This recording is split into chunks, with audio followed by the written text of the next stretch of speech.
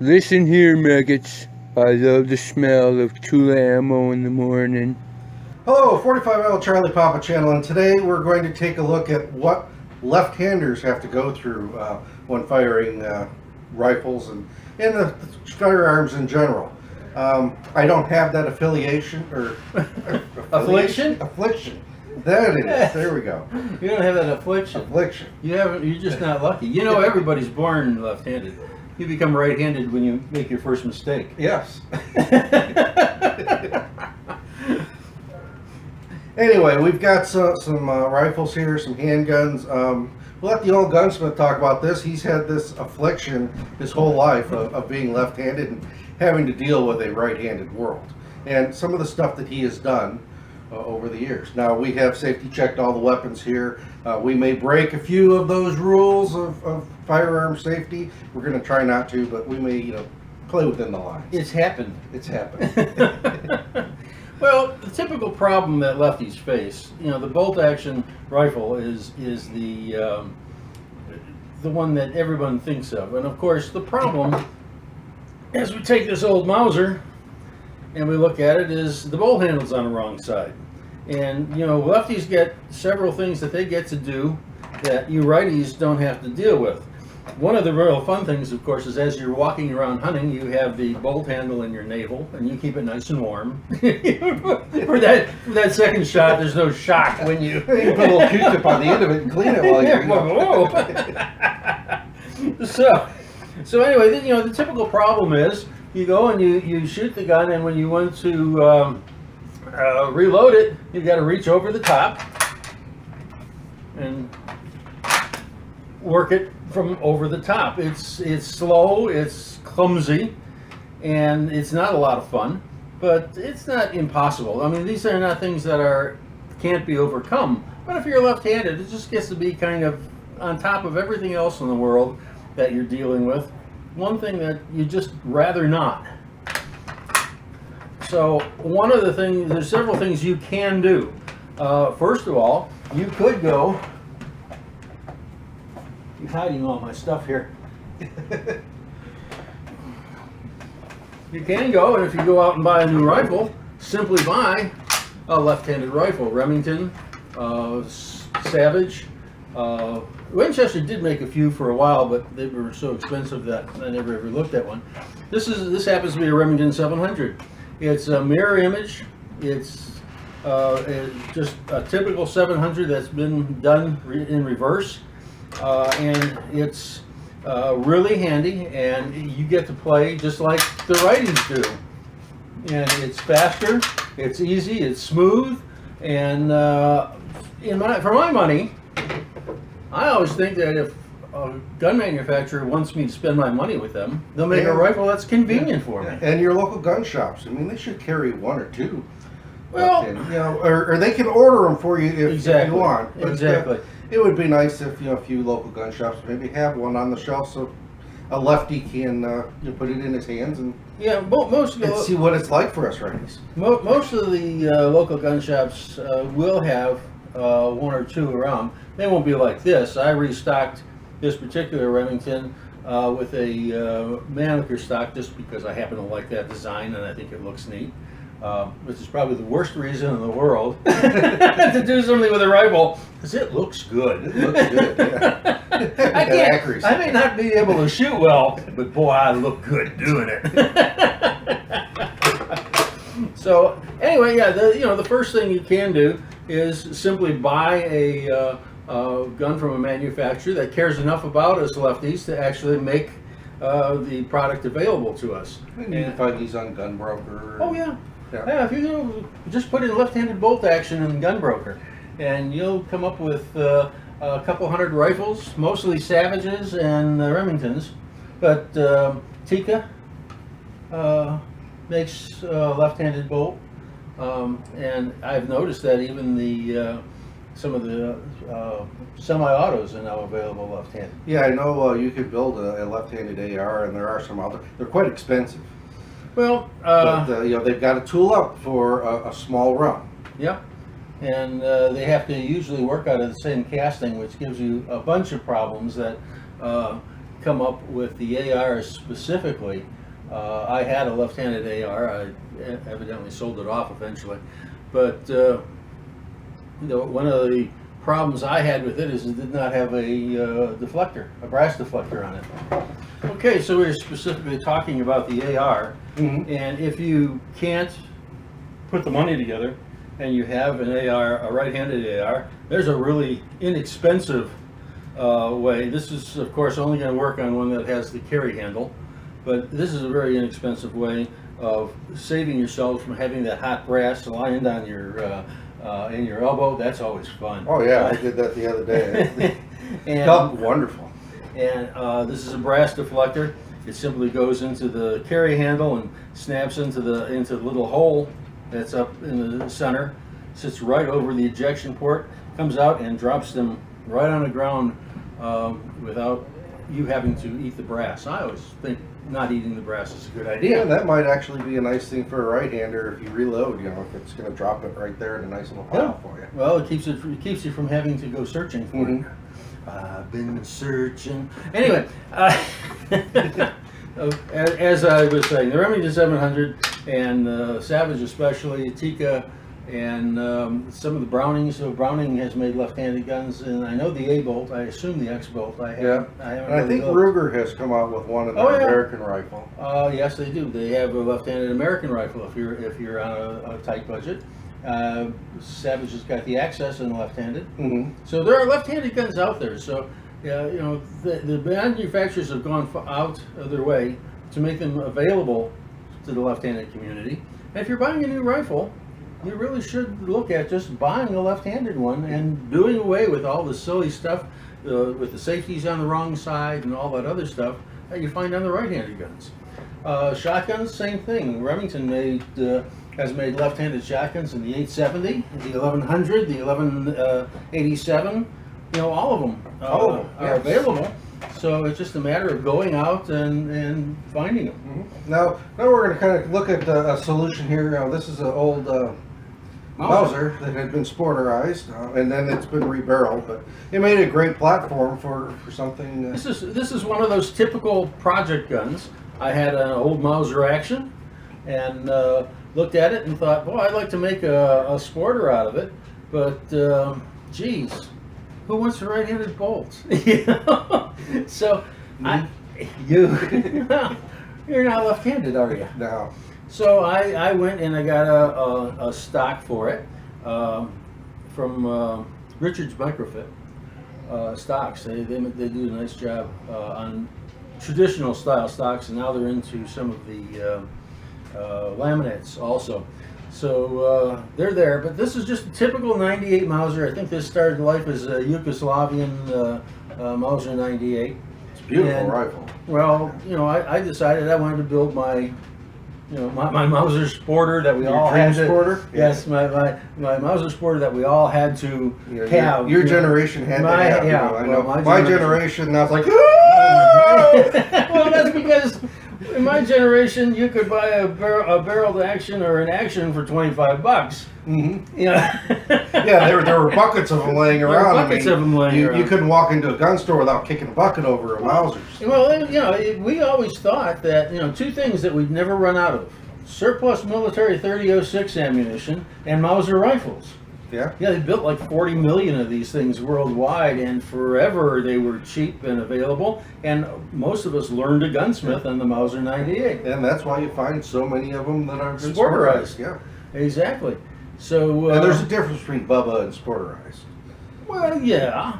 Well, Bubba sporterizes. Yeah. There's a sporterized, and then there's sporterized. I'll just chop that off and call it good. There you go. Take the military stock, chop it off about here. Maybe get rid of that other wood. A couple of inches off the barrel, you know. Anyway, in this case, I did what I call a crossover bolt handle. People keep asking me, where did I get this idea?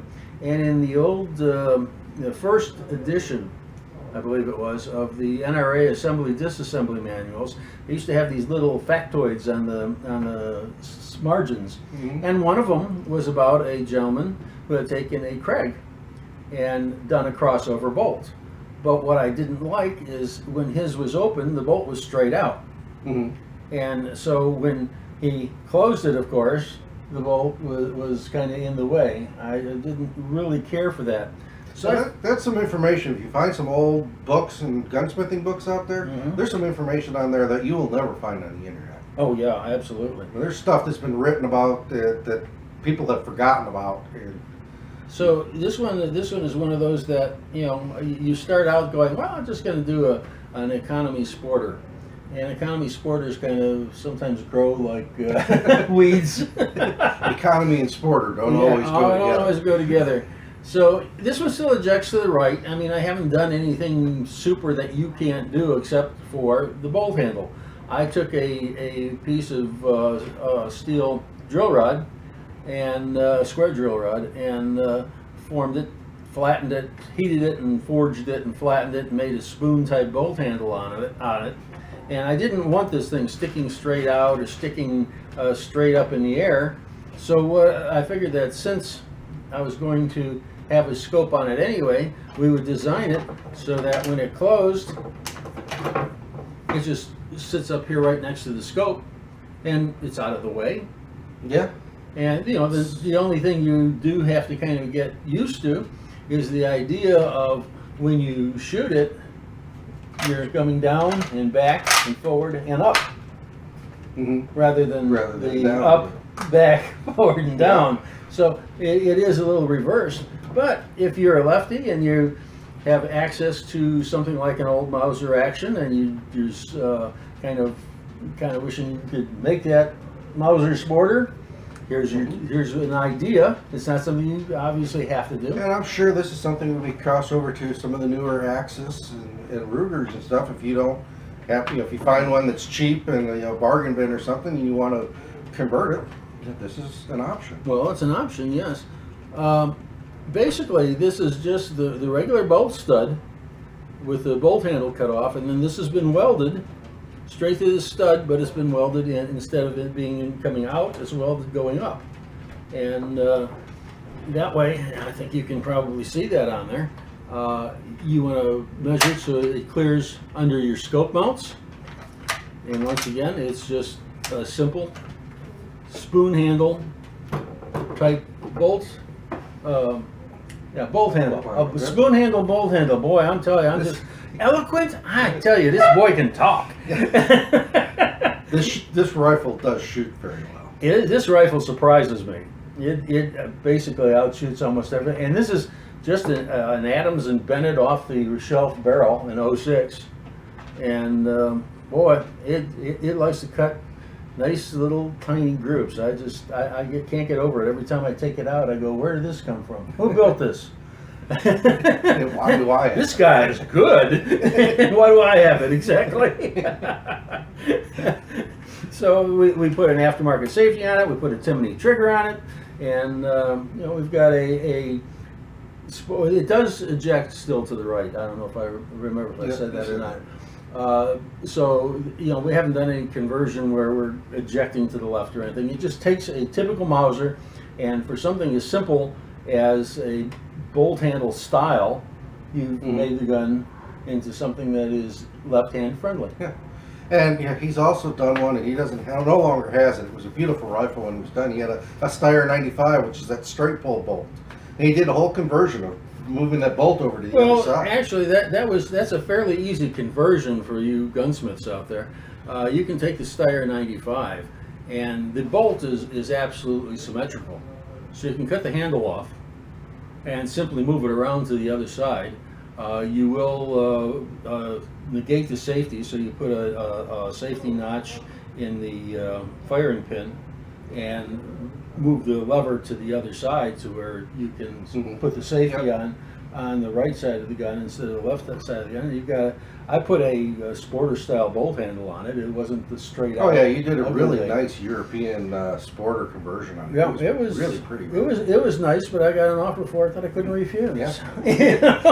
I took a $300 gun and sold it for like $700. Yeah. Can't complain with that. Somebody wanted that custom gun, so I have to do something to afford to feed my addiction. So anyway, that's one possible solution is the crossover bolt handle. You don't see that very much, and as I said, that's because it's one of those things that kind of got lost in the shuffle. Then, of course, we want to talk about handguns a little bit. I won't talk a lot about handguns because most handguns, there isn't a lot you can do about it. There are, on the really popular John Browning 1911 Browning High Power series, there are some things that you look for, of course. And first of all, I swear, even though John Browning was right-handed, he did lefties a favor in the whole 1911. This happens to be a Browning High Power, but ambi safeties are available for them, and of course for the 1911. Yeah. And the magazine release button here, to me as a lefty, doing that instead of doing the change my grip so I can reach it. Mm-hmm. Yeah, I've always had a problem as a right-hander reaching that eject button with my thumb. Now, if you got long thumbs, yeah, that's a different story. But I guess you got long thumbs. But I don't have long thumbs, so we could hang you by them for a while and just stretch them. There you go. Maybe that's a product. Yeah, we can get a thumb stretcher. Yeah. They sell the gun community will really eat that up. I can't reach that safety. Let's get I keep getting the emails. Stretch thumb strong. Stretch thumb strong. I like that. I keep getting emails offering me things to stretch other parts of my body, so why not thumbs? Anyway, with the slide release on this side, I think this is just dandy. I mean, if you're a lefty, there's not a lot to complain about the John Browning pistols. The safety, of course, the ambi safety is available. The only thing I would tell you about safeties, the one caveat, if you will, on safeties, is I carried 1911 in a job I had, and I had noticed with the ambi safety, it was really easy to brush the safety off when you're wearing it with a uniform. Because the safety is on the outside, mm-hmm. You can catch it on the door of the car, or the hand grip of the car, or going in and out of buildings or whatever. It doesn't take a lot to catch that. I used to, on my duty gun, I would actually take the ambi safety and I would grind the right-handed safety lever, or the extension, off of it to keep that from happening, because I had it from habit. That's a valid point, because for right-handers, that safety's tucked up right next to the body there, right. So you don't. And if you take an ambi safety and just cut that off or grind it off, and when you wear it, of course, you've got this safety lever against the body and nothing there to brush up against mm-hmm. anything you pass.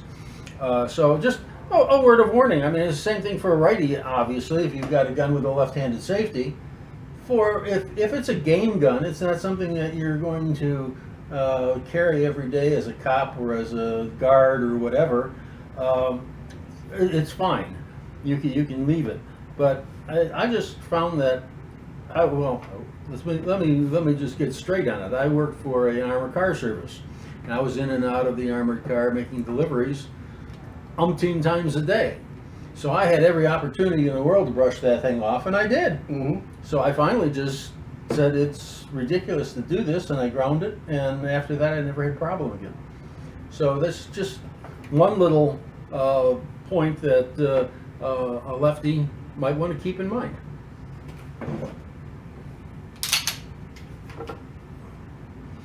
Now, when we get to muzzle loaders, and on the pistol, it's not as big a deal, but if you want to dual wield your muzzle loaders, that's the way to go. Muzzle loader gunfighter. Yeah.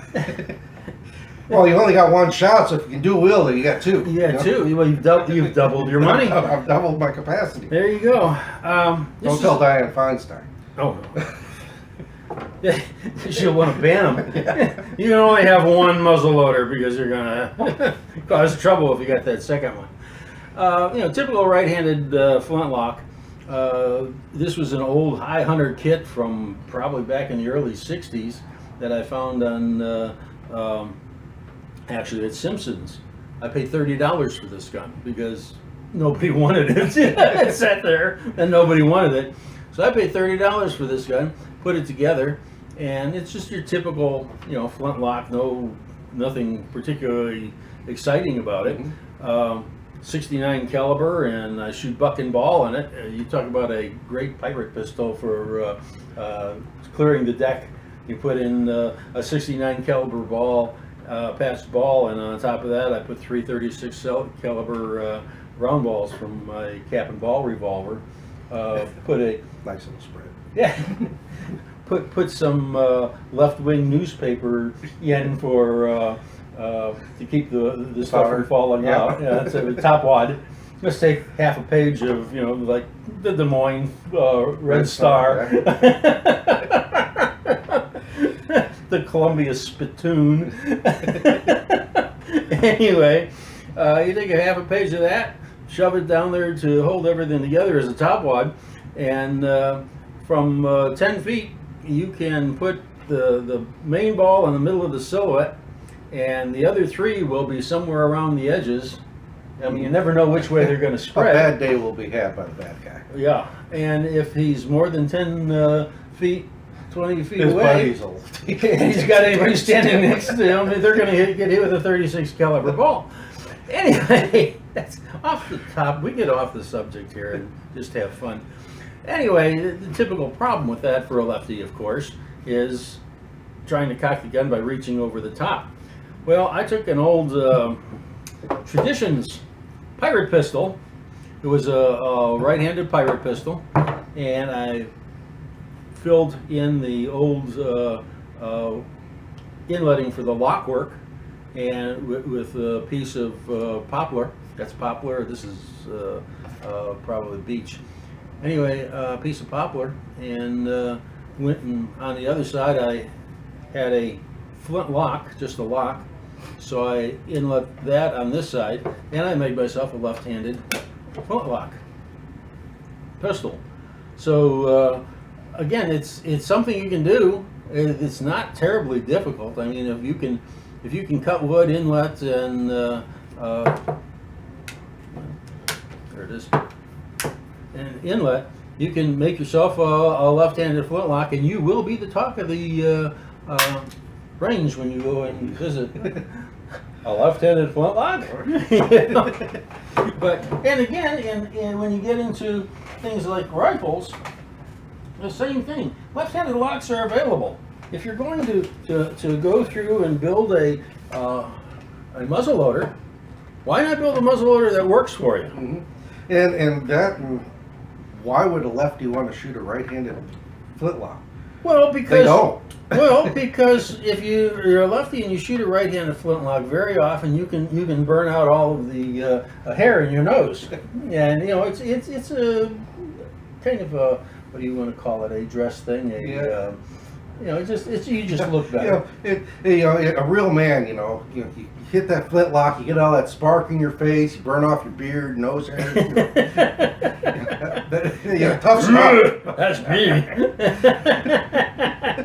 So, all I'm getting at here is that in this particular case, there's easy solutions. Just buy left-handed stuff, and you don't have to deal with the right-handed world, at least in those things. And if you're dealing with the right-handed world and you just can't stand it any longer, I found a great relief thing is if my wife drags me into a fabric store, because she's a quilter, she doesn't anymore. Because I'll stand over by the sewing machines, and when some woman comes up, or a clerk comes up and asks if they can help me, I'll tell them, yeah. You got one of these in a left-handed model? Believe me, nobody makes a reverse sewing machine. What do you mean a left-handed model? Well, I want my controls on this side, and I want to sew over here. Well, she'll run and back and start looking in the catalogs. So that's one of my favorite games. But she doesn't take me to fabric stores anymore, and she's embarrassed by me. She's embarrassed. I can't imagine why. I don't know why. Some people just have no sense of humor. Okay, last but not least, we'll talk about the M1 Grand. Since the M1 Grands have been available from the director. Well, it's not director of civilian marksmanship. Well, you it can tell used to I'm be. old. It used to be. Now it's the CMP. CMP. Right. And this is a director of civilian marksmanship gun. Well, this started out as a DCM gun, yes. And I used to shoot it in competition at Camp Perry. Well, what that makes you do is it makes you learn how to do a lot of things. One is loading 2 rounds at rapid fire. You load 2 and then you load 8, and we'll go over that a little bit. The second is the actual operation of it. Obviously, it was set up for a right-handed person. These are dummies, and Yes, and this. there's 2 rounds of dummies in here, and that's all the dummies I had, so the rest are empty. So we're not going to do a lot of cycling things through. But what I did want to show you is typically what they tell you is to put your clip in, put your hand on the side, get your clip into the gun, and let the bolt fly. Okay, that's the right-handed way of doing it. You put your hand against it to keep trapping your thumb in there. Yes. M1 thumb is not fun. Now, this will take a second.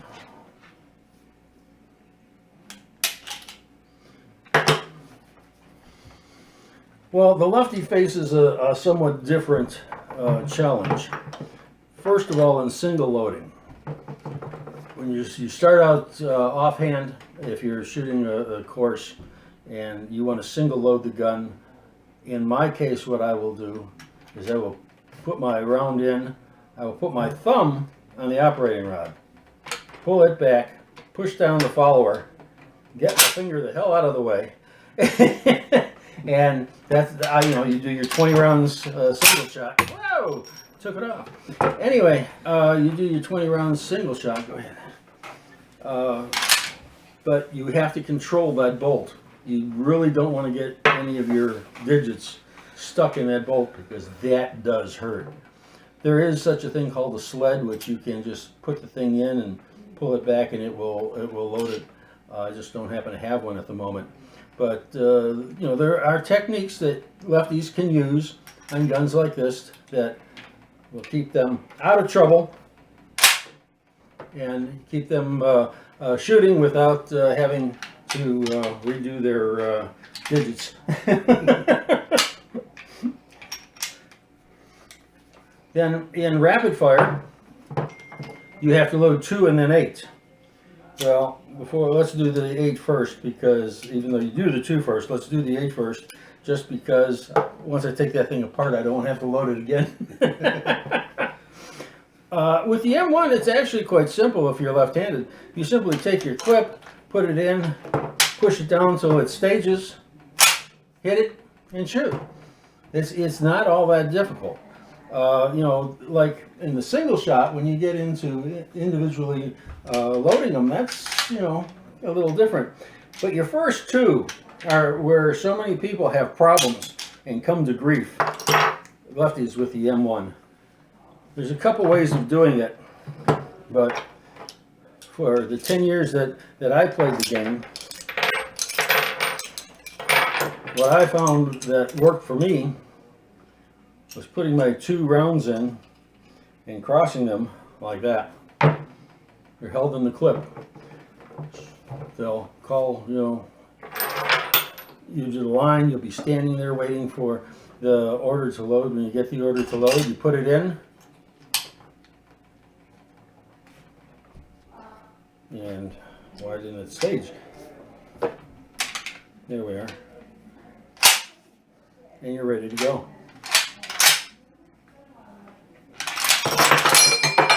God, I love that sound.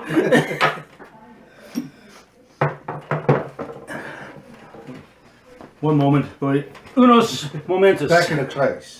But back in the trice. They don't know where that came from. I was stationed in England, and the BBC workers went on strike, and right in the middle of a program, a sign came up on the screen said "Back in the trice." You know how long a trice is? In this case, it was 3 days. So it was back in the trice. So the M1 Grand is problematic, but if with a little left-handed ingenuity, not a big deal. Okay? All right. Well, this has been the left-handed version of 45 Alpha Charlie Papa. Hopefully, some of this information helps you left-handers that are afflicted with such a... It's not an affliction. It's a blessing. It's a blessing. Yes, it makes you different. It makes you an individual.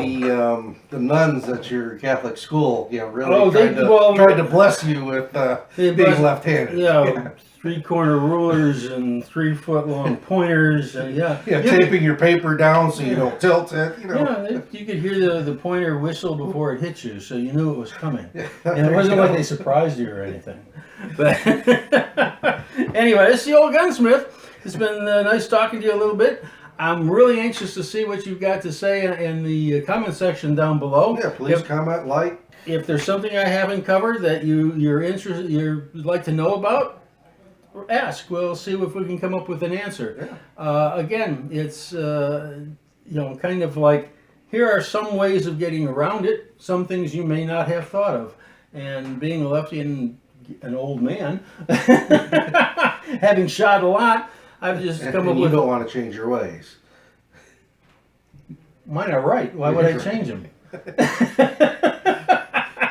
Well, lefties are the only ones you think with their right mind or something to that effect? Yeah, well, we're the only ones in our right mind. In their right mind, yeah. Yeah, because the right side of the brain controls the left side of the body. So yeah, we're the only ones in our right minds.